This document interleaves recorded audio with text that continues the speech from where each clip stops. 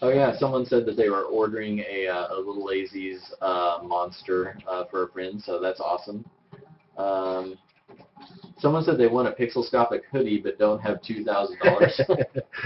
I mean, that was, the Pixelscopic hoodie was, well, obviously it doesn't cost $2,000 to make. It was just kind of a bonus because you're, you know, at that tier you're basically like really supporting us. So it's like, yeah, here, take the shirt off our back. But yeah, at some point we may print some of those Pixelscopic t-shirts and hoodies to sell at conventions.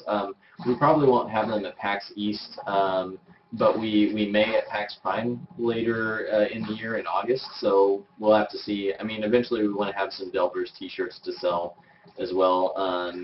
So yeah, maybe someday you can get a Pixelscopic hoodie. So someone was asking if we would be able to show some of the gameplay with the other two default classes, the Sorcerer and Barbarian, and unfortunately those aren't done yet. We have a little bit of character art, but they aren't fully animated and we don't have them in the game. We're going to try to develop those as quickly as possible, but we probably won't be able to show anything. Well, we can't right now, and yeah, best case we could show it at PAX at the end of this month. But I don't want to promise anything because, well, because it's on me to make the art for that stuff, and I'm really busy. Someone said make Ryan play. I guess I am doing all the talking, huh? Maybe I'll play in a second, unless you want that Ryan to play. I think he's, I don't know what you're doing over there. I've had people talk to me on Twitter, so bad. Oh, okay. So Burrell is answering some Twitter questions over there off screen, so...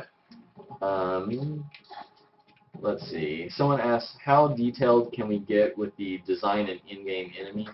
Describe attacks, animation, and so on. You can, we'll definitely take as many of your suggestions as possible, but, you know, obviously you could say, like, I want an enemy that morphs into 20 different forms and has 3,000 attacks, and, yeah, I mean, that would basically take up the budget for the entire game. So we will definitely take suggestions for designing the in-game enemy in terms of their attacks and behavior and everything within reason. So, you know, we may have to kind of talk to him and be like, yeah, that's really cool, but we don't have time to do everything, so can we kind of compromise a little bit? But yeah, especially if you're backing at those higher tiers and helping design the enemies or items, we want to take as much of your ideas as possible.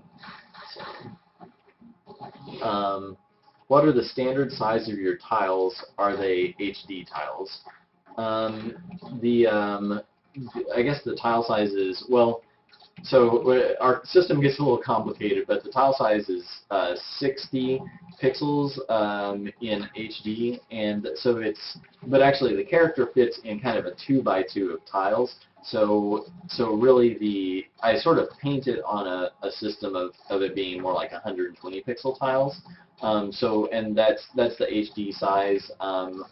And but I paint everything like 4 times the resolution that we need in game, just to make sure we have it for promotional art purposes. If we need to print it, you know, usually that has to be higher res. But yeah, everything is in really high res HD. We support up to 2560 by 1600. So yeah, the game should look amazing on and crisp on basically any monitor you can throw at it. Maybe not a 4K TV, but I don't know if anyone has those. If you have a 4K TV, please give us $2,000 right now on Kickstarter because you can afford it. So I've had a question from Facebook about GOG.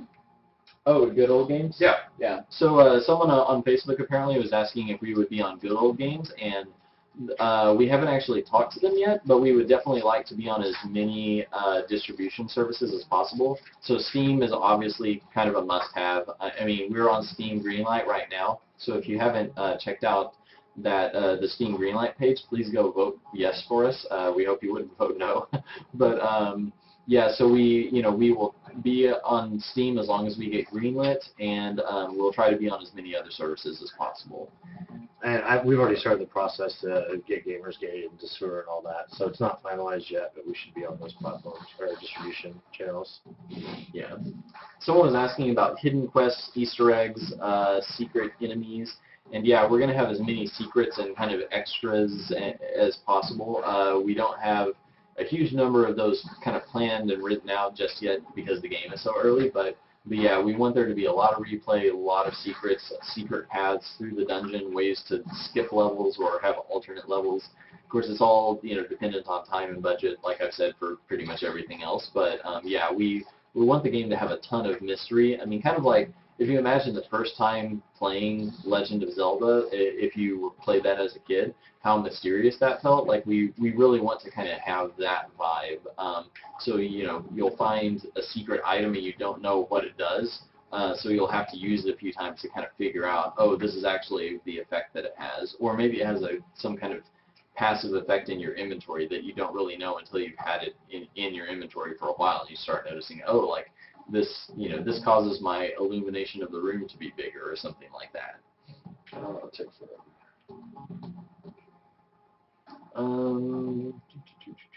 How will the free backer copies for iOS be distributed and unlocked? You will get a promotional code via email. I send via email, and you can put that in for the App Store. We actually, and the big reason we didn't include mobile, iOS, and Android from the beginning, even though we knew we were going to do them, was just because we didn't know how to distribute on iOS. You know, basically, whenever you release an iOS, you get 50 to 100 gift codes that you can give out. But beyond that, there's really no way to distribute it to people. We would obviously need way more than 50 to 100 gift codes. But Apple has a program called Volume Purchasing Program. And I went and looked into all the paperwork for that. It's pretty similar to the developer program, but you've got to have a couple extra things. So basically, we'll do that, where whenever the game is released, we will actually buy the game in mass quantity at a discount.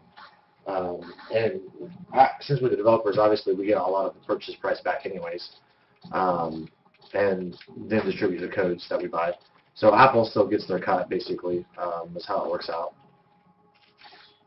So thanks for everyone who's been tweeting about us and also backing the campaign. I was just catching up a little bit on Twitter, and we've gotten some really great tweets.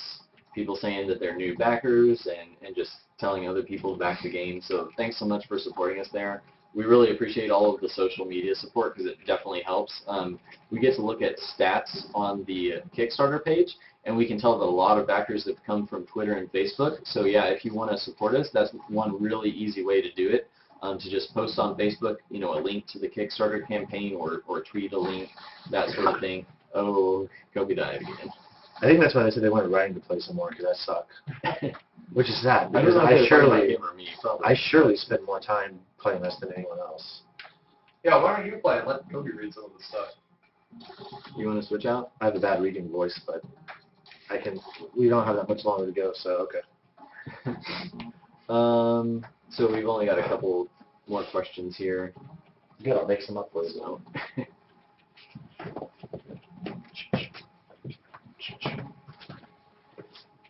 Okay, so where are we?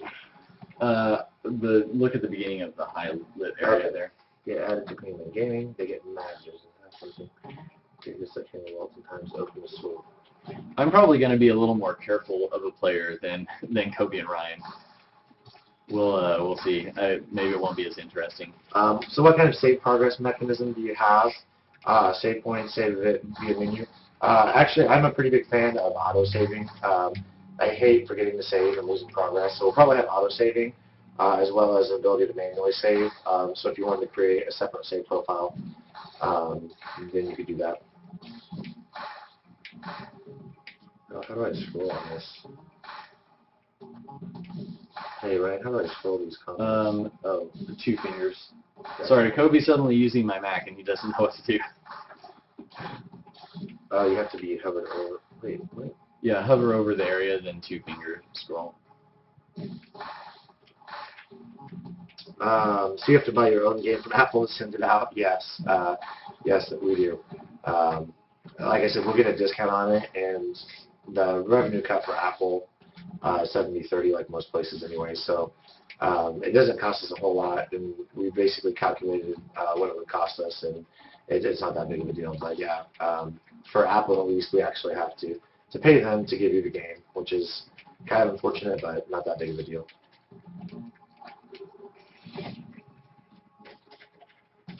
Pause RPG says they should have Ryan on RPG Cast next week. Sure. Which Yeah. Ryan? Or both of us. Or both. Yeah. Love to be on it. Reflective shield for those fireballs would be nice. Yeah, actually, for a while you could bat the fireballs with your sword, which wasn't intentional, but I just hadn't got around to coding it. But yeah, reflection, deflection, all those things are super easy for us to do. Unfortunately, they're basically just side effects of the physics system, so there'll be some interesting stuff like that for sure. I think that's all the questions, which is why Yeah, we're pretty much caught up. Cool.